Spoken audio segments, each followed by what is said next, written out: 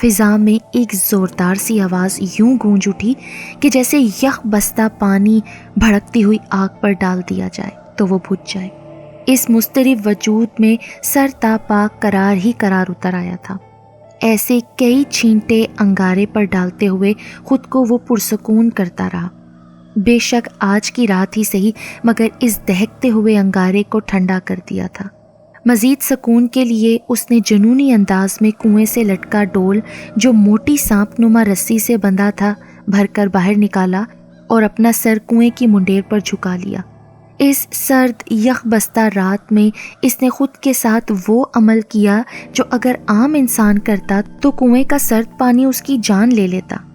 اس نے وہ لبالب بھرا ڈول اپنے سر پر اونڈیل لیا۔ زیب محل کا شمار شہر کی پرشکوہ باوقار عمارتوں میں ہوتا تھا۔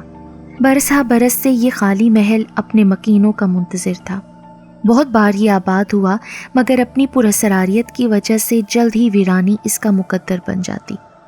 اس محل سے متعلق مشہور تھا کہ اس پر نادیدہ مخلوق کا قبضہ تھا۔ وہ نادیدہ مخلوق جنات میں سے تھی یا آسیبی، اس کے متعلق کوئی جان نہ پایا تھا۔ زیب محل بہت بھاری تھا۔ جب بھی اس محل کی بولی لگنے لگتی تو ساتھ ہی یہ باتیں بھی گردش کرنے لگتی کہ یہاں ہوائی مخلوق کا بسیرا ہے۔ بہت سے لوگ تو اس بات کے چشم دید گواہ بھی تھے کہ انہوں نے زیب محل کی راہداریوں اور دالانوں میں دیو ہیکل ہیولوں کو رات کی تاریکی میں دیکھا تھا۔ کئی لوگوں کے مطابق اس محل کے گھنے درختوں سے بندھے جولوں کو خود بخود ہلتے ہوئے دیکھا گیا تھا۔ پائیں باغ میں تالاب میں لگے فوارے شام کے وقت جادوئی انداز میں چل پڑتے ہیں، جس میں سے رنگین روشنیوں والا پانی ماحول کو بھی رنگین بنا دیتا ہے۔ اس محل کی زرعی اور بالائی منزلوں میں قطار در قطار بنے کمروں کی بلند و بالا چھتوں سے لٹکتے سنہری اور سفید رنگ کے فانوس خود بخود جلتے بجھتے ہوئے دیکھے گئے تھے۔ کچھ لوگوں کا کہنا تھا کہ ہر جمعرات کے دن اس محل کی صفائی ستھرائی بہت عمدگی سے نادیدہ ہاتھ کرتے ہیں۔ تقسیم ہند سے قبل یہ خوبصورت عمارت ایک نواب نے اپنی محبوب بیوی کے لیے بنوائی تھی، جو اپنی مثال آپ تھی۔ اس کی خوبصورتی کی وجہ سے لوگ کھنچے چلے آتے تھے، مگر اس کے بارے میں یہ باتیں سن کر خوفزدہ ہو کر لوٹ جاتے۔ آخر اس بے آباد سنسان مسکن کو احمد علی خان نے خرید لیا، جو انگلینڈ سے اپنے خاندان کے ہمراہ آئے تھے اور حیدرآباد میں سکونت کے لیے کوئی مستقل ٹھکانہ چاہتے تھے۔ سو زیب محل ان کی امیدوں پر ہر طرح سے پورا اترا۔ اس محل کو بے خوف و خطر خریدنے کی ایک وجہ یہ بھی تھی کہ احمد علی خان ان قصے کہانیوں کو من گھڑت مانتے تھے جو زیب محل کے متعلق مشہور تھیں۔ جنات اور ہوائی چیزوں کا کوئی وجود نہیں، یہ ان کا عقیدہ تھا اور سوچ بھی۔ جناب جنات کا ذکر تو قرآن کریم میں بھی ہے۔ کوئی بحث کرنے والا قرآن کا حوالہ دیتے ہوئے دلیل پیش کرنے لگتا۔ ممکن ہے کہ کسی دور یا کسی زمانے میں یہ مخلوق انسانی زندگی میں عمل دخل رکھتی ہو، مگر 21ویں صدی میں ان باتوں کو میں محض دقیانوسی ہی کہوں گا۔ مشہور ہے کہ جب بھی کسی نے اس آتشی مخلوق کے وجود سے انکار کیا ہے تو پھر یہ مخلوق جلال میں آ جاتی ہے، پھر اپنے وجود سے انکار کرنے والوں کو ایسا یقین دلاتی ہے کہ بنا دیکھے ہی ایسی آنکھ عطا کر دی جاتی ہے کہ انکار کرنے والا نہ صرف مانتا ہے بلکہ تسلیم کرنے پر بھی مجبور ہو جاتا ہے۔ وہ پہلی بار شاہ زیب علی خان، جو احمد علی خان کا اکلوتا بیٹا تھا، کو زیب محل کے پائیں باغ میں تالاب کے قریب نظر آئی تھی۔ نیلی چمکدار آنکھوں والی لڑکی، بالکل اسی کی ہم عمر تھی۔ اس کی آنکھیں غیر معمولی چمکدار تھیں، یوں جیسے 2 عدد نیلم کے پتھر جڑے ہو۔ تم کہاں رہتی ہو؟ زیب محل میں۔ اچھا، تمہارا کمرہ کون سا ہے؟ کوئی نہیں، میں تو اپنے خاندان کے ساتھ وہاں رہتی ہوں۔ وہ بے حد حسین 7 سالہ بچی جو شاہ زیب کی ہم عمر تھی، وہ پیالہ نما کنویں کی طرف اشارہ کرتی تو شاہ زیب حیران رہ جاتا اور الجھ بھی جاتا۔ تمہیں پتا ہے میں کس دن پیدا ہوئی ہوں؟ جس دن تم پیدا ہوئے ہو، میں بھی ٹھیک اسی دن پیدا ہوئی تھی۔ اس کی ہر بات ہی الجھا دینے والی تھی۔ یہ اور بات تھی، وہ بڑی خوشی اور جوش سے بتایا کرتی تھی کہ اس کا اور شاہ زیب کا پیدائش کا دن ایک ہی تھا۔ تم کبھی اپنے گھر والوں کو بھی لے کر آؤ نا۔ شاہزیب نے ہمیشہ اسے زیب محل میں تنہا پھرتے اور کھیلتے دیکھا تھا۔ اس کے اندر تجسس تھا کہ وہ اس کے گھر والوں سے بھی ملے، مگر وہ کبھی نظر نہیں آئے تھے۔ نہیں، وہ کبھی تم لوگوں سے ملنے نہیں آئیں گے، بلکہ وہ تو مجھے بھی منع کرتے ہیں۔ یہ کہتے ہوئے وہ بے حد مذموم سی ہو جاتی تھی کہ اس کی آنکھوں میں جڑے نیلم سے نکلتی غیر معمولی روشنی بے حد مدھم ہو جایا کرتی تھی۔ پر کیوں؟ کیونکہ وہ کہتے ہیں تم خاک ہو۔ خاک؟ یہ خاک کیا ہوتا ہے؟ پتہ نہیں۔ اچھا، اگر ہم خاک ہیں تو پھر تم کیا ہو؟ 7 سالہ شاہزیب کو کبھی یہ بات سمجھ نہ آئی تھی۔ نہ اس کی عمر ایسی تھی کہ وہ خود بخود سمجھ جاتا کہ وہ بچی کون ہے۔ بہرحال جو بھی تھا وہ اسے اچھی لگتی تھی، خاص طور پر اس کی خوبصورت آنکھوں کے چمکتے نیلم۔ شاہزیب کو اس کے ساتھ کھیلنا اچھا لگتا تھا۔ چند ہی دنوں میں وہ اس کی بہترین دوست بن گئی تھی۔ یہ لو مٹھائی۔ وہ اکثر اس کے لیے کچھ نہ کچھ تحفتاً لایا کرتی تھی، جسے دیکھ کر وہ حیران رہ جاتا۔ وہ چیزیں بے حد بیش قیمتی ہوا کرتی تھیں اور بہت منفرد اور ذائقہ دار۔ شاہزیب نے ایسی چیزیں پہلے نہیں دیکھی تھیں۔ ضرور اس بچی کا تعلق کسی امیر کبیر گھرانے سے ہے، وہ اکثر سوچتا۔ ارے یہ تو بہت مزے کی ہے، یہ کس دکان سے لائی ہو؟ وہ اس کے سوال کا جواب ہمیشہ مبہم دیتی تھی۔ تمہارا دل جب چاہا کرے نا، بتا دیا کرو، میں تمہیں لا دیا کروں گی۔ وہ یوں لاپرواہی سے جواب دیتی کہ جیسے شہر کی تمام مٹھائیوں کی دکان کی مالک ہو، جہاں سے وہ جب چاہے جو چاہے لا سکتی ہے۔ ایک بار وہ اس کے لیے بہت عمدہ سی خوشبو عطر لے کر آئی۔ اس کی خوشبو بے حد مسحور کن تھی۔ اتفاق سے شاہزیب نے اسے لگایا تو مولوی صاحب قرآن پڑھانے آ گئے۔ وہ اسے عصر کے وقت قرآن پڑھاتے تھے۔ شاہزیب کو اپنی طبیعت میں بوجھل پن سا محسوس ہو رہا تھا، سر بھی بھاری ہو رہا تھا۔ طبیعت قرآن پڑھنے کی طرف مائل ہی نہیں ہو رہی تھی۔ وہ بے دلی سے قرآن پڑھ رہا تھا، غنودگی کی وجہ سے اس کی آنکھیں سرخ ہو رہی تھیں۔ قاری عبدالقہار اپنے شاگرد کی حالت پر غور و خوض کر رہے تھے کہ تیز خوشبو کا جھونکا ان کے تنفس میں اترا تو لمحہ بھر کے لیے ان کا دماغ چکرا کر رہ گیا اور بے اختیار زبان لا حول ولا قوت پڑھنے پر مجبور ہو گئی۔ شاہزیب، آپ نے خوشبو لگا رکھی ہے؟ قاری عبدالقہار کو اپنے شاگرد کی سستی اور غنودگی کا سرا مل گیا۔ جی قاری صاحب، بچے نے غنودگی میں ڈوبا جواب دیا۔ چند لمحوں بعد وہ یقیناً نیند کے ہاتھوں مغلوب ہونے والا تھا۔ کس نے دی آپ کو یہ خوشبو؟ قاری صاحب قدرے غصے میں بولے۔ انہیں ایک کم عمر معصوم بچے کا عطر لگانا بالکل مناسب نہیں لگا تھا۔ قاری صاحب کے مزید سوال کرنے پر شاہزیب نے اس بچی کے بارے میں بتا دیا جو اس کی دوست تھی اور جو زیب محل کے کنویں میں رہتی تھی۔ یہ سننے کی دیر تھی کہ قاری صاحب تو اچانک جلال میں آ گئے۔ شاہزیب کو فوراً کپڑے تبدیل کرنے کا حکم دیا اور پھر اس سے وہ خوشبو کی شیشی منگوائی جو اس انجان بچی نے دی تھی۔ شاہزیب کا ہاتھ پکڑ کر زیب محل کے وسیع و عریض کنویں کے پاس پہنچ گئے۔ وہ شیشی اٹھا کر اس کنویں میں پھینک دی اور بلند آواز میں چلائے، قابو میں رکھو ورنہ نقصان اٹھائے گی۔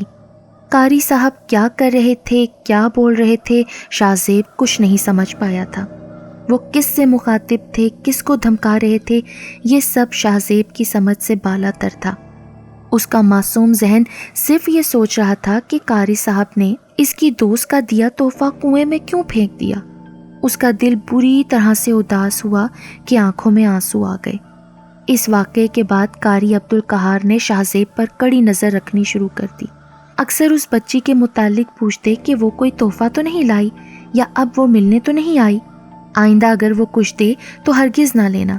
یہ ایک معلم کی اپنے شاگرد کو سخت تنبیہ تھی، جس کی پاسداری شاہزیب پر انہوں نے لازم قرار دے رکھی تھی۔ قاری عبدالقہار نے اس بچی سے ملنے پر کیوں پابندی لگائی تھی؟ وہ تو بے حد بھولی بالی اور معصوم سی تھی جو زیب محل میں واحد اس کی دوست تھی۔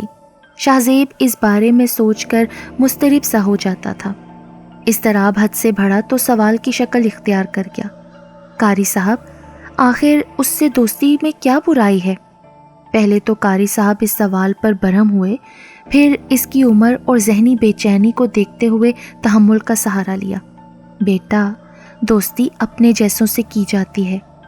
مگر قاری صاحب وہ تو میری جیسی ہی ہے، میری ہم عمر ہے اور میری بہت اچھی دوست بھی ہے۔ شاہزیب کا یہ سوال اس بات کا غماز تھا کہ وہ اس بچی سے کتنا لگاؤ رکھتا ہے۔ وہ قاری صاحب کے حکم پر دوستی چھوڑ تو بیٹھا تھا مگر ذہن اسی کی طرف ہی لگا رہا۔ اس کا چہرہ بہت اداس رہنے لگا تھا، ہر وقت بجھا بجھا سا۔ اس کا دھیان پڑھائی میں بھی نہیں لگ رہا تھا۔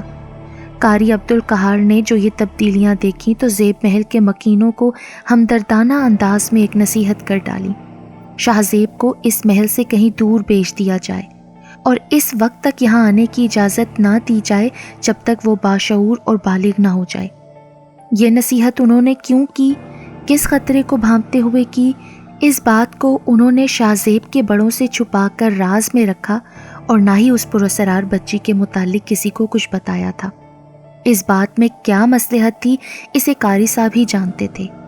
قاری صاحب کے مشورے کے مطابق شاہزیب کو دوسرے شہر تعلیم کی غرض سے بھیج دیا گیا اور شہر کے مشہور ہاسٹل میں اس کا داخلہ کروا دیا گیا۔ وقت رخصت شاہزیب نے ایک اداس الوداعی نگاہ اس پیالہ نما کنویں پر ڈالی تو وہاں کھڑی وہ بچی بے حد دل گرفتہ سی لگی تھی کہ اس کی آنکھوں کے چمکدار نیلم زیر آب تھے۔ اسے زیب محل سے دور کیوں بھیجا جا رہا تھا؟ آخر اسے اتنی اچھی دوست سے جدا کیوں کیا جا رہا تھا؟ وہ یہ صرف سوچ سکتا تھا۔ اس کے پاس ان سوالوں کے جوابات نہ تھے کیونکہ ابھی وقت کو منظور نہیں تھا کہ حقیقتوں سے پردہ اٹھے، اس لیے کہ ہر کام کا ایک وقت مقرر ہوتا ہے۔ ایام بیس چل رہے تھے، 14ویں کا چاند بحکم الہی اپنی تکمیل کی جانب بڑھ رہا تھا۔ معمول میں عجیب سی اداس اور بے چینی رچی بسی تھی۔ لاکھ کوشش کے باوجود شاہزیب کی آنکھوں سے نیند دور تھی۔ بوجھل دماغ کے ساتھ وہ آنکھیں موندے لیٹا ہوا تھا کہ کمرے کے دروازے پر دستک نے اسے جھنجھوڑ ڈالا۔ رات کا 1 بج رہا تھا۔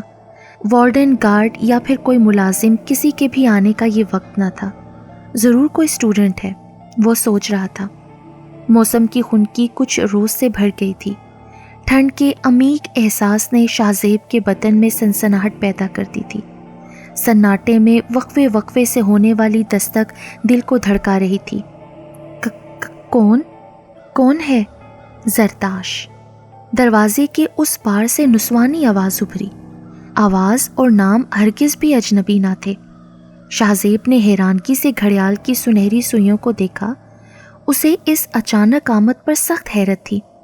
وہ بجلی کی تیزی سے بستر سے نکلا اور ننگے پاؤں یک بستہ فرش پر تیزی سے پیر جماتا دروازے کی جانب لپکا۔ ایام بیس کا چاند ہاسٹل کی بالکونی میں شاہزیب کے کمرے کے بالکل سامنے تھا۔ گو کہ وہ ابھی نامکمل تھا مگر اس کے گرد نور کا ہالہ اسے مزید دودھیا بنا رہا تھا۔ چاند کا مدھم سا عکس ہاسٹل کے کوریڈور میں بھی دکھائی دے رہا تھا۔ اس عکس میں بلا کی یاسید کھلی تھی۔ زرتاش، تم اس وقت؟ ایک حسین و جمیل دوشیزہ کا رات کے اس پہر اس کے کمرے کے باہر کھڑا ہونا اسے تذبذب کا شکار کر گیا تھا۔ لمحہ بھر کے لیے تو اسے خیال گزرا کہ وہ حالت خواب میں ہے، کیونکہ خواب میں تو زرتاش سے وہ روز ہی ملاقات کرتا تھا۔ یہاں آنکھ لگی اور وہاں وہ حاضر، کسی جن ذاتی یا پری ذات کی طرح۔ ایک رات بھی اگر وہ خواب میں نہ آتی تو شاہزیب کی ساری رات اضطراب میں کٹتی، اور یہ اضطراب ایسا جان لیوا ہوتا کہ وہ ہر بات، ہر چیز سے بیزار اور لا تعلق سا ہو جاتا تھا۔ بہت اداس تھی، اس لیے خود کو روک نہ پائی۔ زرتاش کی آنکھوں میں جڑے چمکدار نیلم آنسوؤں کی وجہ سے جھلملانے لگے۔ شاہزیب بچپن ہی سے ان غیر معمولی چمکدار آنکھوں کا دیوانہ تھا۔ اسے لگتا تھا کہ وہ ان آنکھوں کی نیلی جھیل میں کسی دن ڈوب جائے گا۔ اسے ان آنکھوں کی نمی بے انتہا دکھی کرتی تھی۔ تم روتی رہی ہو زرتاش؟ ان فیروزی نگینوں میں دکھ اور نمی دیکھ کر شاہزیب کا اپنا دل ڈوبنے لگتا تھا۔ ایام بیس کی پہلی رات کا چاند سیاہ آسمان کے بادلوں پر تیرتا بالکل شاہزیب کے سامنے آ گیا تھا۔ بالکونی کے قریب ہی کھڑے دیو کامت درخت سرد ہوا کی سرسراہٹ سے جھوم رہے تھے کہ ماحول کے سکوت کو سائیں سائیں کی آواز چیر ڈالتی تھی۔ زرتاش اس سے پہلی بار ملنے نہیں آئی تھی۔ وہ جب سے ہاسٹل آیا تھا وہ اس سے کئی بار ملنے آئی تھی، مگر اکثر شام کو آتی اور رات ہونے سے پہلے چلی جاتی تھی۔ جب اسے زیب محل سے دور بھیج دیا گیا تھا تو 2 دن بعد ہی زرتاش اس سے ملنے آئی تھی۔ وہ اسے دیکھ کر سخت حیران رہ گیا تھا کہ اتنی چھوٹی سی بچی یہاں تک کیسے پہنچی۔ تم نے مجھے کیسے ڈھونڈ لیا زرتاش؟ اپنی دوست سے ملنے کی خوشی اپنی جگہ مگر حیرت اپنی جگہ تھی۔ تم کہیں بھی ہوگے نا شاہ زیب، میں تمہیں ڈھونڈ لیا کروں گی، وہ بہت فخر سے بولی تھی، جیسے یہ تو کوئی مشکل کام ہی نہیں ہے۔ وہ پھر سے شاہ زیب کے لیے تحائف لائی تھی، اس کی پسندیدہ مٹھائی جو شاہ زیب کی کمزوری تھی، اور مسحور کن خوشبو والا عطر تو لازمی ہوا کرتا تھا۔ نہیں زرتاش، یہ عطر میں نہیں لوں گا۔ مٹھائی وہ کھا لیتا تھا مگر عطر کا تحفہ قبول کرتے ہوئے انجانا سا خوف دامن گیر ہوتا تھا کہ شاید اپنے معلم کا حکم پاس ہوتا تھا۔ چلو لگانا مت مگر رکھ تو لو۔ زرتاش بلا کی ضدی لڑکی تھی۔ اس بات کا اندازہ شاہ زیب کو بچپن میں تو نہیں ہوا تھا مگر اب 20 سال کی عمر میں اچھی طرح سے اندازہ ہو گیا تھا۔ یہ بھی اس کی ضدی طبیعت کا ایک عملی مظاہرہ تھا کہ قاری عبدالقہار نے شاہ زیب کو زرتاش سے دوستی رکھنے سے منع کیا تھا، مگر زرتاش اس سب کے باوجود بھی شاہ زیب سے ملنے آتی رہی تھی۔ اگر وہ دل کے بوجھل پن سے مجبور ہو کر زرتاش کو آنے سے روکتا تو وہ بے نیازی سے کہتی، پابندی تم پر ہے، میرے پر تو نہیں ہے نا۔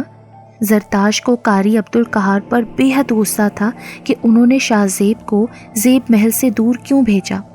یہ ان کی بھول ہے کہ وہ مجھے تم سے ملنے سے روک دیں گے۔ یہ بات کہتے ہوئے زرتاش کے ارادوں کی مضبوطی اور ضدی پن شاہ زیب کو لرزا گئی تھی۔ وہ اپنی اندرونی کشمکش سے سخت پریشان تھا۔ ایک طرف تو قاری صاحب کا حکم اور دوسری طرف زرتاش سے دن بدن بڑھتا لگاؤ اور وابستگی اسے بے قرار رکھنے لگی تھی۔ دل و دماغ میں ایک جنگ سی جاری تھی۔ زرتاش کو دیکھے بنا اسے قرار نہیں آتا تھا۔ یہ بے قراری اسے نڈھال اور گمسم کرنے لگی تھی۔ ہاسٹل میں شاہ زیب کے متعلق پراسرار سی باتیں گردش کرنے لگیں۔ شاہ زیب کے روم سے رات کے وقت کسی سے باتیں کرنے کی آوازیں آتی ہیں۔ یہ ہاسٹل کا گارڈ تھا۔ آواز نسوانی ہوتی ہے، جبکہ بوائز ہاسٹل میں کسی بھی لڑکی کا آنا ممنوع تھا۔ شاہ زیب کے روم سے جمعرات کی شام کو بھینی بھینی سی خوشبو آتی ہے، مگر تاثیر ایسی ہے کہ اگر زیادہ دیر تک سونگھی جائے تو جی متلانے لگتا ہے اور کن پٹیاں درد سے پھٹنے لگتی ہیں۔ یہ ایک اسٹوڈنٹ کا بیان تھا۔ شاہ زیب بہت گمسم اور الگ تھلگ رہنے لگا تھا۔ یہ اس کے دوستوں کا انکشاف تھا۔ اکثر 14ویں راتوں میں شاہ زیب کو بالکونی میں تنہا کھڑے باتیں کرتے دیکھا گیا ہے۔ نہ جانے اسے کوئی دماغی عارضہ لاحق ہو گیا ہے۔ یہ ہاسٹل وارڈن کی رائے تھی۔ یہ ایام بیس کی غالباً پہلی رات تھی۔ زرتاش اس سے ملنے آئی تھی۔ شاہ زیب، یہاں کیوں کھڑے ہو اور کس سے باتیں کر رہے ہو؟ اس وقت وارڈن راؤنڈ پر تھا۔ شاہ زیب کے روم کے سامنے سے گزرا تو اسے رات کے 1 بجے یوں تنہا کھڑے دیکھ کر سخت حیرانگی ہوئی۔ شاہ زیب پر اس وقت گھبراہٹ کا سخت حملہ ہوا تھا کہ اب یہ بات سارے ہاسٹل میں پھیل جائے گی، مگر حیرت تھی کہ اسے وہ مجسم حسن و جمال کیوں نظر نہیں آ رہی تھی۔ ان سب باتوں نے شاہ زیب کی ذات کے گرد اصرار کا ایسا جال بن دیا تھا کہ ہاسٹل والے اسے مزید رکھنے پر راضی نہ تھے۔ ان کے مطابق شاہ زیب کو اس وقت تعلیم کی نہیں علاج کی ضرورت تھی، سو اسے ہاسٹل سے نکال دیا گیا۔ واقعی شاہ زیب کی ذات میں کافی تبدیلیاں آ گئی تھیں۔ وہ ساری رات جاگتا رہتا تھا اور پائیں باغ میں تنہا چہل قدمی کرتا رہتا۔ وہ بہت اداس اور گمسم رہنے لگا تھا۔ اس کے کمرے اور لباس سے ایسی مسحور کن خوشبو آتی تھی جو پہلے تو اچھی لگتی مگر کچھ دیر بعد اثر انگیزی کا یہ عالم ہوتا کہ درد سے کنپٹیاں پھٹنے لگتی اور دل خراب ہونے لگتا تھا۔ شاہ زیب سوئی جاگتی کیفیت میں اپنا نام سن کر وہ اٹھ بیٹھا۔ شام سے ہی طوفانی بارش ہو رہی تھی جو لمحہ بھر کے لیے بھی تھمی نہ تھی۔ بادلوں کی گرج اور بجلی کی کڑک روشن دانوں اور شیشوں کے دروازوں کو لرزاتی تو ماحول میں بھیانک شور برپا ہوتا۔ ابھی وہ اسی شش و پنج میں تھا کہ کسی نے اسے پکارا اور پھر سے صدا ابھری، آؤ نا باہر۔ ایک تو بارش کا شور اور دوسری طرف انجان صدا۔ شاہ زیب کے دل میں خوف نے پنجے گاڑ دیے۔ کون ہے؟ اس نے پوچھا مگر خاموشی چھائی رہی۔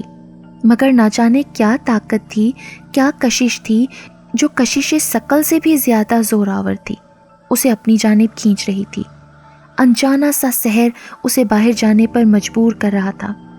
آخر اس کا بے اختیار وجود باہر نکل گیا۔ وہ نادیدہ طاقت کے زیر اثر کھینچا چلا جا رہا تھا، اسے کوئی ہوش نہیں تھا۔ موسم اور طوفان کی پرواہ کیے بغیر وہ بس چلتا جا رہا تھا۔ دالان کو ننگے پاؤں عبور کرتے ہوئے وہ طویل راہداری سے گزرتا زیب محل کے خارجی دروازے پر پہنچ چکا تھا۔ بارش کا طوفان متواتر جاری تھا۔ شوریدہ ہوائیں اپنا آپ بے دردی سے دروازوں اور کھڑکیوں سے ٹکراتی تھیں، ایسا بھیانک اور دل کو چیر دینے والا شور کرتی کہ جیسے زیب محل کی غفلت میں سوئے مکینوں کو جگانے کے جتن میں تھیں۔ شاید پیغام پہنچانا چاہ رہی تھی کہ زیب محل پر کوئی آفت ٹوٹنے والی ہے جو اس طوفان سے بھی بڑی ہوگی۔ آ جاؤ شاہ زیب۔ شاہ زیب کے بے اختیار قدموں کا رخ خارجی دروازے کی طرف تھا۔ باہر تاریکی ہی تاریکی تھی، کسی ڈائن کے سیاہ بالوں جیسی۔ آسمان کے بادلوں کا رنگ سیاہ کول تاری ہو چلا تھا۔ وقفے وقفے سے چمکنے والی بجلی سیاہ کول تاری بادلوں کو لمحہ بھر کے لیے سفیدی عطا کرتی تو آنکھیں اس وحشتناک منظر کو دیکھ کر پھٹنے لگتیں۔ شاہ زیب ہولے ہولے قدم اٹھا رہا تھا، گویا وہ نیند میں چل رہا تھا۔ زیب محل کے پائیں باغ میں پہنچا تو ہر طرف کیچڑ ہی کیچڑ تھا۔ وہ اپنا توازن قائم رکھنے کی بھرپور کوشش کرنے لگا تھا، مگر کیچڑ میں پاؤں دھس رہے تھے۔ آؤ شاہ زیب، اس کنویں کے پاس آؤ، آؤ نا۔ آواز میں جادو بھرا تھا، ایک سحر تھا، کشش تھی جو شاہ زیب کے دل پر کسی سادھو کے منتر کی طرح اثر کر رہی تھی۔ وہ بس چلتا جا رہا تھا، دھیرے دھیرے، ہولے ہولے، کہ اسی پل اچانک گر پڑا۔ سارا لباس کیچڑ زدہ ہو گیا تھا، مگر وہ آواز مسلسل آ رہی تھی، شاہ زیب۔ وہ پھر سے کھڑا ہو گیا۔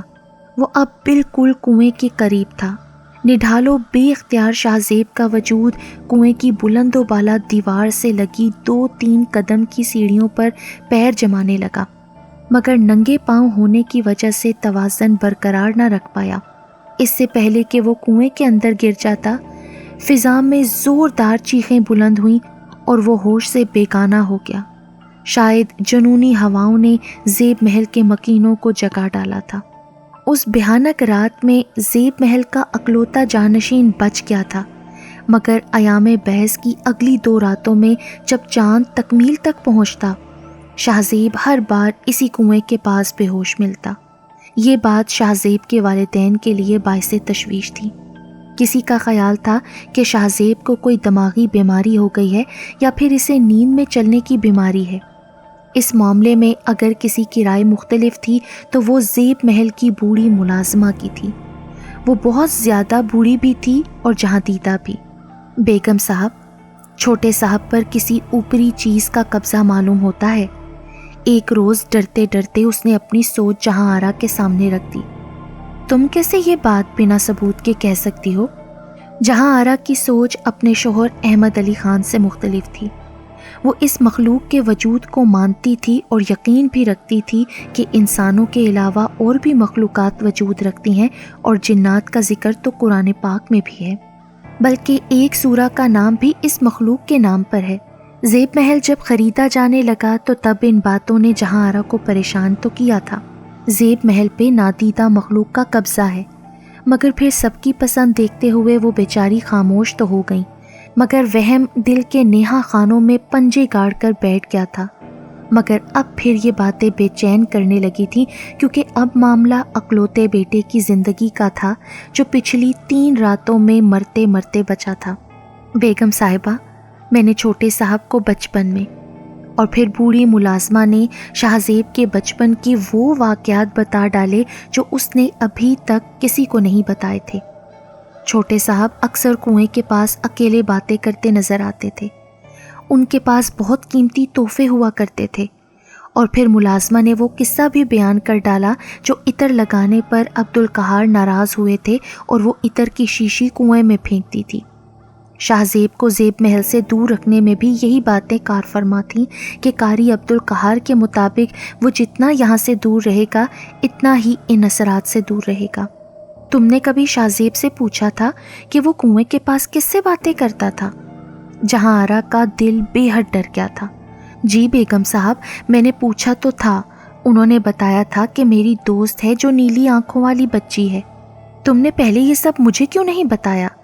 جہاں آرا کو سخت غصہ آ رہا تھا کہ ملازمہ نے اتنی اہم باتیں کیوں چھپائیں کہ اب بات یہاں تک آ پہنچی ہے۔ وہ جی بڑے صاحب کی وجہ سے وہ ان باتوں کو نہیں مانتے نا۔ اگر میں اس وقت ایسی کوئی بات بتا دیتی تو ہو سکتا ہے وہ مجھے نوکری سے نکال دیتے۔ بیگم صاحب، ہو نہ ہو وہ بچی یا تو جن ذاتی ہے یا پھر کوئی پری ذات ہے۔ بوڑھی ملازمہ نے دل کی بات کہہ ڈالی۔ جہاں آرا دکھ اور پریشانی کے مارے رونے لگی۔ بیگم صاحبہ، آپ پریشان نہ ہوں، حیدرآباد میں ہی ایک درگاہ ہے جہاں ایک اللہ والی بیٹھتی ہے۔ ہر جمعرات کو ایسے لوگوں پر جن چیزوں کا بھی قبضہ ہوتا ہے وہ فوراً بتا دیتی ہے۔ جہاں آرا کو جمعرات کا بے چینی سے انتظار تھا۔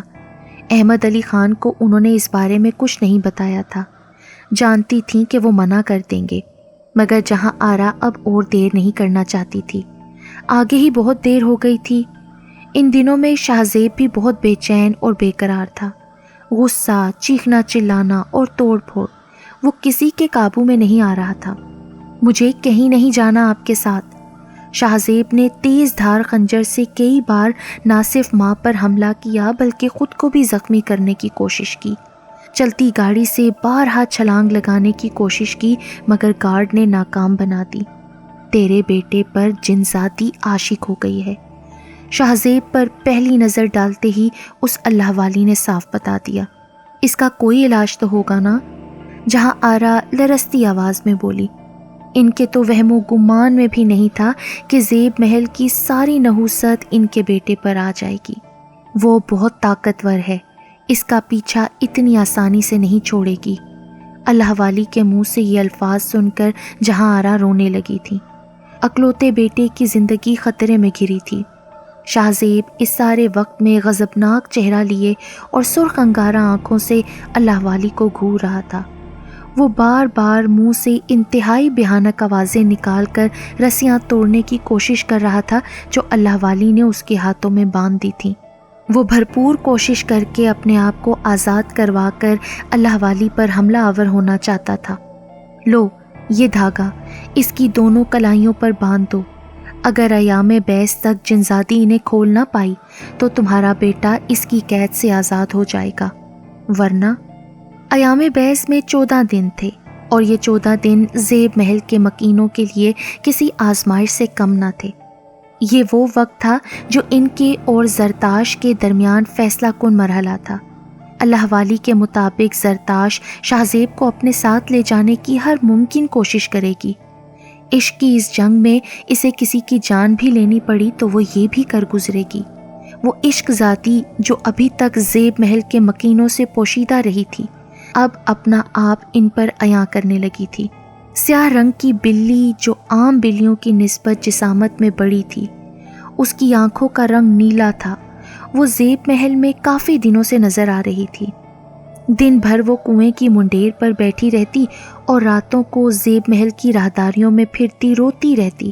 یہ آوازیں سن کر شاہ زیب بے چین ہو جاتا تھا۔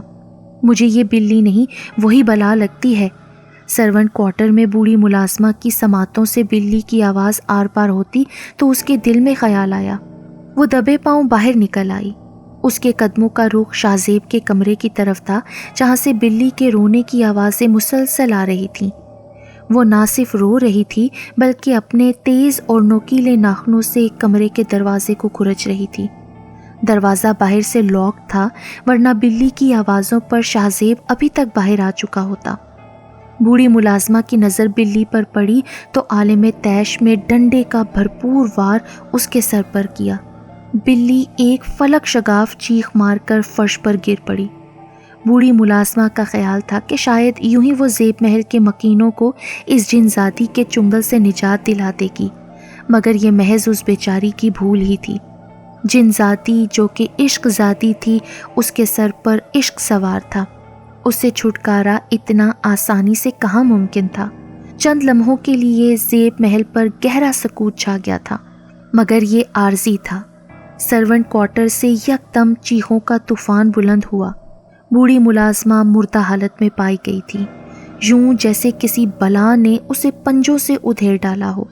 ملازمہ کی موت کی کیا وجہ تھی، اسے کس نے یوں بے دردی سے قتل کیا تھا، اس کا جواب کسی کے پاس نہیں تھا۔ ہاں، اس دن کے بعد وہ نیلی آنکھوں والی بلی دوبارہ دکھائی نہ دی تھی، مگر زیب محل میں مختلف نوعیت کے پراسرار واقعات رونما ہونے لگے۔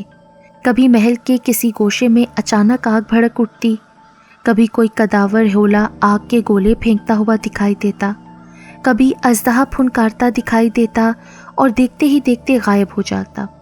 کسی کو سوتے ہوئے محسوس ہوتا کہ کوئی اس کا گلا دبانے کی کوشش کر رہا تھا، کسی کو سیڑھیوں سے دھکا دے کر زخمی کر دیا جاتا۔ گو کہ عشق زادی زرتاش انتقام پر اتر آئی تھی۔ زیب محل کے مکین جو اس نادیدہ مخلوق کے وجود کے انکاری تھے، اس بھیانک تجربے سے گزرنے کے بعد ماننے پر مجبور ہو گئے تھے۔ ابا جان، میں تو کہتی ہوں اگر جنات کا مسکن یہ کنواں ہے تو اسے آگ لگا دی جائے۔ یہ شاہ زیب کی بڑی بہن تانیہ تھی جو زرتاش کے انتقام کا نشانہ بن کر سیڑھیوں سے گر کر بری طرح سے زخمی ہوئی تھی۔ اس کی بھی یہی خواہش تھی کہ زیب محل اور شاہ زیب کو ہمیشہ کے لیے اس افریت سے نجات مل جائے۔ احمد علی خان نے اس بات سے اتفاق کرتے ہوئے ملازموں کو ہدایت کر دی کہ اس منحوس کنویں کو جلا دیا جائے، مگر عین موقع پر ایک بڑا سیاہ رنگ کا ناگ نظر آیا جو کنویں کی حفاظت پر مامور تھا۔ اس کی آنکھوں کا رنگ نیلا تھا۔ وہ اس قدر خوفناک اور بڑا تھا کہ اس کی پھنکار سے زیب محل کے در و دیوار لرز اٹھے تھے۔ اس نے کئی ملازموں کو ڈس لیا تو باقیوں نے بھاگ کر اپنی جان بچائی۔ زیب محل پر خوف کے سیاہ بادل چھا گئے۔ وہ چاہ کر بھی اس کنویں سے نجات حاصل نہ کر سکے تھے۔ خان صاحب، میرا مشورہ ہے کہ شاہ زیب کی شادی کر دی جائے۔ یہ زیب محل کا خاندانی معالج ڈاکٹر تھامسن تھا جو ان باتوں کا بالکل بھی قائل نہ تھا۔ اس کے مطابق دنیا بہت ترقی کر چکی ہے، یہ باتیں صرف قصے کہانیوں تک رہ گئی ہیں، حقیقت سے ان کا کوئی تعلق نہیں۔ ویسے بھی بطور معالج وہ اس بات کے حق میں تھا کہ اگر ایسے شخص کی شادی کر دی جائے تو وہ ان تہمات سے نجات حاصل کر لے گا کہ کوئی اندیکھا وجود اس پر عاشق ہے۔ ڈاکٹر تھامسن یہ مشورہ دیکھ کر فارغ ہو گئے، مگر انہیں اندازہ بھی نہ تھا کہ یہ مشورہ انہیں زندگی سے آزاد کر دے گا۔ واپسی پر ان کی گاڑی کا شدید ایکسیڈنٹ ہوا اور گاڑی گہری کھائی میں جا گری۔ زیب محل کا ایک اور ہمدرد موت کے منہ میں چلا گیا تھا۔ مشکلات اور مصائب نے تو زیب محل میں جیسے ڈیرے ڈال لیے تھے۔ جوں جوں چاند ایام بیض میں داخل ہو رہا تھا، کوئی نہ کوئی ناخوشگوار واقعہ ہو جاتا تھا۔ جہاں آرا اسی خوف و ہراس میں گھری پریشان بیٹھی تھی کہ ایک انتہائی ضعیف و کمزور آواز جس میں بے حد درد تھا سماعتوں میں آر پار ہوئی۔ ہے کوئی جو مجھ بھوکی کو کھانا کھلا دے؟ پھٹے پرانے کپڑوں اور کھچڑی زدہ بال بے حد ضعیف عورت تھی جس کی کمر کسی کمزور شاخ کی طرح مکمل جھکی تھی۔ لکڑی کے موٹے سے ڈنڈے کے سہارے چلتے ہوئے وہ لرز رہی تھی۔ وہ بولتی تو الفاظ لرز رہے تھے۔ اس کی شخصیت میں کچھ نمایاں تھا، وہ اس کی غیر معمولی چمکدار نیلی آنکھیں تھیں۔ بیٹے کی وجہ سے پریشان ہو؟ کانپتی بوڑھی آواز میں بولتے ہوئے وہ جہاں آرا کو حیران کر گئی تھی۔ لرزتے ہاتھوں سے لقمہ منہ تک لے جاتے ہوئے وہ 20 بار گرا چکی تھی۔ ابھی وہ غور و فکر میں مبتلا اس کی آنکھوں کی نیلاہٹوں پر نظر جمائی تھی کہ ایک اور بات حیران کر گئی۔ جنزاتی زرتاش عاشق ہے اس پر۔ یہ وہ بات تھی جو اس بوڑھی عورت کے منہ سے نکلی۔ یہ بات ایسی تھی جو صرف زیب محل کے مکین جانتے تھے یا پھر وہ اللہ والی۔ یہ تیسری انجان شخصیت جس سے پہلی بار ملاقات ہو رہی تھی کیسے جان گئی تھی؟ اس کی ایک وجہ یہ ہو سکتی تھی کہ حلیے سے بظاہر بدحال نظر آتی یہ عمر رسیدہ کمر خمیدہ بڑھیا ضرور گیانی تھی۔ اس کی کوئی باطنی آنکھ ضرور روشن تھی۔ تمہیں کیسے علم ہوا؟ مجھے سب پتا ہے۔ اور پھر کپ کپاتے الفاظ کے سہارے وہ انکشافات پر انکشافات کرتی گئی۔ شاہ زیب پر بچپن سے ہی جن ذاتی عاشق ہے، جیسے انسان کے ساتھ اس کا ہمزاد رہتا ہے یا پھر سایہ۔ وہ شاہ زیب سے محبت نہیں عشق کرتی ہے۔ زرتاش بہت طاقتور ہے کہ کسی کے قابو نہیں آئے گی، اس پر ہر ٹونا منتر بیکار ہے۔ شاہ زیب کو اس اللہ والی کے دیے دھاگے باندھنے کا کوئی فائدہ نہیں، وہ دھاگے کھول لے گی۔ اس بوڑھیا کی لرزتی آواز کے ساتھ اس کی غیر انسانی نیلی آنکھوں میں عجیب سی وحشت اتر آئی تھی۔ جہاں آرا تو جیسے سکتے میں آ گئی، اسی کے ہاتھوں وہ اللہ والی ماری جا چکی ہے۔ وہ زیب محل کے ایک ایک فرد کو مار ڈالے گی، مگر تمہارے بیٹے کا پیچھا پھر بھی نہیں چھوڑے گی۔ بڑھیا پھر لرزتی آواز میں بولی۔ چند روز پہلے بیگم جہاں آرا نے یہ خبر سنی تھی کہ گزشتہ روز آندھی چلی تھی، ایک مضبوط تناور درخت نہ جانے کیسے اس اللہ والی پر آ گرا اور وہ مر گئی۔ مریدوں کا کہنا تھا کہ یہ کسی نادیدہ قوت کی کارستانی تھی۔ اس مشکل سے نجات کا کوئی تو راستہ ہوگا نا اماں جی؟ پریشانی اور خوف کے عالم میں جہاں آرا کو وہ بوڑھی عورت کوئی نجات دہندہ لگ رہی تھی۔ ہاں، ایک حل ہے۔ اس بڑھیا نے کانپتے ہاتھوں سے ایک میلے بسیدہ چوغے میں سے ایک بیش قیمت پتھر زمرد کی انتہائی خوبصورت انگوٹھی نکالی۔ اس کے مطابق یہ طلسماتی انگوٹھی تھی۔ اس انگوٹھی کے بہت سے موکلات محافظ تھے۔ کوئی نادیدہ مخلوقات، جنات، آسیب، پریزاد یا پھر اوپری اثر اس کے مالک پر اثر نہیں کر سکتا تھا۔ وہ شخص جس کے پاس یہ انگوٹھی ہو ہر طرح کی شرنگیزی سے محفوظ ہو جاتا ہے، مگر پہلے اس کے دھاگے اتار دینا، بڑھیا کہہ کر جا چکی تھی۔ جہاں آرا نے اس کی ہدایت کے مطابق وہ دھاگے اتار کر انگوٹھی شاہ زیب کے دائیں ہاتھ کی دوسری انگلی میں پہنا دی۔ ایام بیس کی پہلی رات کا چاند آسمان کے عین وسط میں آ چکا تھا۔ زیب محل کے پائیں باغ میں یوں چراغاں ہو رہا تھا کہ روشن دیوں سے آراستہ وہ کنواں بالکل نور کا ہالہ بنا ہوا تھا۔ وہ چراغاں اگر انسانی آنکھ دیکھ لیتی تو چندھیا جاتی۔ کنویں کی منڈیر پر بڑے بڑے چراغ روشن تھے، یوں جیسے کسی شادی کا سما تھا، ایک جن ذاتی اور خاک ذاتی کی شادی۔ فضا میں تیرتے چراغوں نے دونوں کے ارد گرد نور کا ہالہ سا بنا دیا تھا۔ زرتاش ایام بیس سے پہلے دھاگے کھلوا کر شاہ زیب کو پا لینے میں کامیاب ہو گئی تھی۔ کچھ بہت غلط اور انہونی کے احساس نے زیب محل کے مکینوں کو جگا ڈالا تو یہ روشنیوں کا سما انہیں حیرت میں ڈال گیا۔ زیب محل کا جانشین شہزادے کسی آن بان لیے ایک خوبصورت دوشیزہ جو دلہن بنی تھی اس کے ساتھ بیٹھا گرد و پیش سے بیگانہ تھا کہ جیسے وہ ان کی دنیا کا فرد ہی نہ تھا۔ یہ منظر دیکھ کر جہاں آرا تو دھاڑے مار مار کر رو پڑی۔ ضرور ایسی کوئی غلطی سرزد ہو گئی تھی جو ان کا بیٹا پھر سے زرتاش کی قید میں چلا گیا تھا۔ وہ شاہ زیب کو پکارتے ہوئے اس کی طرف بڑھی تو ان کے درمیان آگ کے شعلے بھڑک اٹھے۔ زرتاش نے آگ کا حصار بنا دیا تھا تاکہ اس تک کوئی پہنچ نہ پائے۔ وہ عشق ذاتی بظاہر اپنا عشق حاصل کرنے میں کامیاب ہو گئی تھی کہ ایک زوردار آواز فضا میں گونجی، باز آ جا اے سرکش جن ذاتی۔ یہ قاری عبدالقہار تھے، شاہ زیب کے معلم۔ آیات قرآنی جلالی انداز میں پڑھتے ہوئے انہوں نے مٹھی بھر خاک ہاتھ میں اٹھائی، آیات کا دم کرتے ہوئے ان کی طرف اچھال دی۔ فضا میں ایک بھیانک دل دوز نسوانی آواز بلند ہوئی جیسے بہت سارے شہاب ثاقب زمین سے ٹکرا گئے ہوں۔ اس بھیانک شور کے بعد مکمل خاموشی اور تاریکی چھا گئی۔ شاہ زیب بے ہوش ہو کر گھاس کے نرم فرش پر گر پڑا۔ کچھ دیر بعد منظر واضح ہونے لگا تو اس سے چند قدموں کے فاصلے پر ایک کمزور سی لڑکی جس کا چہرہ اور بدن زخموں سے چور تھا، وہ یوں درد سے کرا رہی تھی جیسے بہت بے دردی سے مارا گیا ہو۔ قاری عبدالقہار مسلسل ورد کرتے جا رہے تھے۔ ان کے پڑھنے سے زرتاش کے چہرے کی اذیت مزید بڑھ جا رہی تھی۔ تجھے حکم دیا تھا نا کہ باز رہ، مگر تو سرکش اور نافرمان باز نہ آئی۔ عبدالقہار سخت غصے میں تھے۔ وہ شاہ زیب کے قریب بیٹھ گئے۔ زرتاش کی کربناک نظریں شاہ زیب پر ہی جمی تھیں۔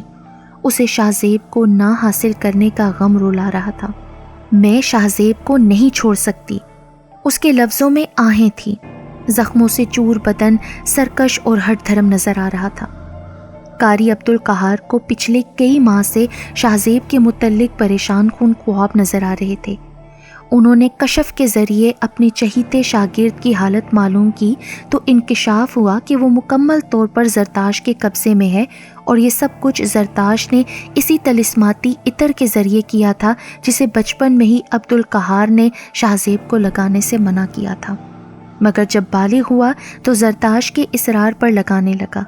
اگر کبھی نہ لگاتا تو اپنے پاس رکھ لیتا۔ اس عطر کی یہ خاصیت تھی کہ اس کے لگانے سے شاہ زیب کی سوچنے سمجھنے کی صلاحیت بالکل ختم ہو گئی تھی۔ اسے ہر طرف زرتاش ہی نظر آتی تھی۔ زرتاش کو دیکھنے اور اس سے ملنے کی بے قراری رہتی تھی۔ عشق سرکشی سکھاتا ہے۔ ایک بھسم کر دینے والی نگاہ اس کے زخمی وجود پر ڈالتے ہوئے قاری صاحب غضبناک انداز میں بولے تھے۔ شاہ زیب کا سر ان کی گود میں تھا۔ وہ ابھی تک بے ہوش تھا، اس بات سے قطعی لا علم کہ بچپن سے لے کر جوانی تک اس کے ساتھ کیا ہوا تھا۔ زیب محل کے باقی مکین بھی پہنچ گئے تھے۔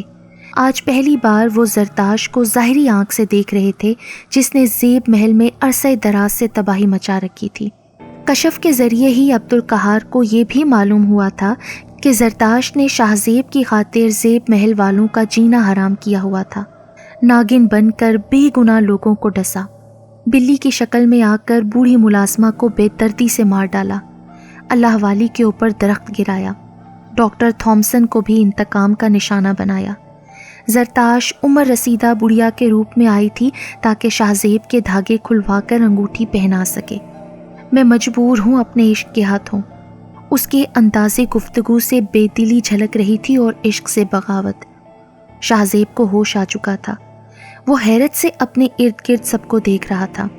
زرتاش کو وہ اجنبی نگاہوں سے گھور رہا تھا جس کی نیلی چمکدار آنکھوں سے آنسو رواں تھے، جو کہ ہمیشہ شاہ زیب کی کمزوری رہے تھے۔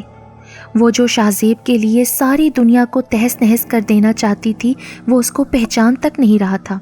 اس لڑکی کو جانتے ہو شاہ زیب؟ اس کا نام؟ ناسمجھی سے ایک نظر قاری عبدالقہار پر ڈالتے ہوئے دوسری نگاہ زرتاش پر ڈالتے ہوئے اس نے نام میں سر کو ہلایا کہ جیسے وہ بہت عرصے سے بے خبری میں رہا تھا اور آج ہوش میں آیا ہے اور اس لڑکی کو زندگی میں پہلی بار دیکھ رہا ہے۔ زرتاش نے اپنی بے پناہ طاقت سے اسے بچپن سے اپنے قابو میں کر لیا تھا۔ وہ اسے مٹھائی اور عطر دیتی تھی جس کی یہی تاثیر تھی کہ شاہ زیب اس کے لیے بے قرار رہے۔ لمحہ بھر کی دوری اسے نڈھال کر دیتی تھی۔ آگ کے خاک سے عشق کی ایک اور وجہ شاہ زیب کی بے پناہ خوبصورتی تھی۔ وہ مردانہ وجاہت کا نمونہ تھا جسے دیکھتے ہی زرتاش دیوانی ہو گئی تھی۔ کچھ بھی ہو جائے میں اسے اپنے ساتھ لے کر جاؤں گی، وہ ایک دم باغی لہجے میں بولی تھی کہ زیب محل کے مکین خوفزدہ ہوئے اور قاری عبدالقہار اشتعال میں آ گئے۔ تو پھر تجھ سرکش کی سزا موت ہے۔ جلال میں آتے ہوئے انہوں نے مٹھی میں مٹی بھری اور آنکھیں بند کر کے پڑھنے لگے۔ ان کے پڑھنے سے وہ جن ذاتی عشق ذاتی تڑپ رہی تھی۔ دردناک انداز میں کراتے ہوئے وہ کرب سے آنکھیں بند کر رہی تھی مگر ابھی بھی اپنی شکست کا اقرار نہیں کر رہی تھی۔ میں نہیں چھوڑوں گی اسے، وہ ٹوٹے بکھرے الفاظ میں بولی۔ عبدالقہار کی مٹھی میں مٹی کا رنگ سرخ ہو گیا تھا۔ انہوں نے آج ارادہ کر لیا تھا زرتاش کے مکمل خاتمے کا۔ ابھی مٹی پر پھونک مار کر وہ زرتاش کی جانب پھینکنے ہی لگے تھے کہ انہیں لگا جیسے انہیں روک دیا گیا ہو۔ وہ آنکھیں بند کر کے حالت مراقبہ میں چلے گئے۔ مجھے منظور ہے۔ کچھ دیر خاموشی کے بعد عبدالقہار کی باروب آواز گونجی، مگر مجھے منظور نہیں۔ اسی پل جنزادی بھی چلائی تھی کہ سب متوجہ ہوئے۔ عبدالقہار کس سے ہم کلام تھے اور جنزادی کو اس حالت میں بھی کیا منظور نہیں تھا؟ سب حیران تھے۔ عبدالقہار نے عالم تیش میں کچھ مٹی اس کی طرف پھینکی تو وہ بلبلا اٹھی کہ جیسے کسی نے آگ کے وجود کو آگ کا کوڑا مار دیا تھا۔ وہ رونے لگ پڑی۔ وہ اسے استفہامیہ نگاہوں سے گھور رہے تھے کہ ابھی سرکشی باقی ہے یا جلا کر بھسم کر ڈالوں۔ ٹھیک ہے، میں اپنی دنیا میں واپس چلی جاتی ہوں۔ اپنے زخمی وجود کو لیے اس نے حسرت بھری نگاہوں سے شاہ زیب کو دیکھا تھا۔ وہ اس کے قریب آئی۔ خاک سے عشق کی یہی سزا ہے کہ آگ کو دستبردار ہونا پڑتا ہے۔ اس کی نیلی آنکھوں میں دکھ تھا، جبکہ شاہزیب کی آنکھوں میں خوف ہی خوف تھا۔ زرتاشت نے اپنا زخمی ہاتھ بلند کیا اور شاہزیب کے دائیں گال کو چھو لیا۔ شاہزیب کے لبوں سے چیخ بلند ہوئی۔ جنزادی اب جا چکی تھی، پر اسے اپنی محبت کی نشانی دے کر۔ عبدالقہار جب حالت مراقبہ میں تھے تو جنزادی زرتاش کے والدین، جو کہ جنات تھے، وہ دونوں معافی مانگنے آئے تھے۔ ان کی معافی تلافی سے عبدالقہار نے زرتاش کی جان بخش دی تھی، مگر انہیں اندازہ نہیں تھا کہ جاتے جاتے وہ شاہزیب کو یہ نقصان پہنچا جائے گی۔ آج اس قصے کو 7 برس بیت گئے ہیں، مگر ایام بیس کی سیاہ راتوں میں جنزادی کا دیا داغ شاہزیب کو بے قرار کر دیتا ہے۔ اس کا گال انگارے کی طرح دہکنے لگتا ہے کہ جیسے اس میں آگ بھڑک گئی ہو۔ اس داغ کی جلن صرف کنویں کے پانی سے دور ہوتی ہے جو ان مخصوص راتوں میں پانی سے بھر جاتا ہے، ورنہ وہ کنواں سدا خشک ہی رہتا ہے۔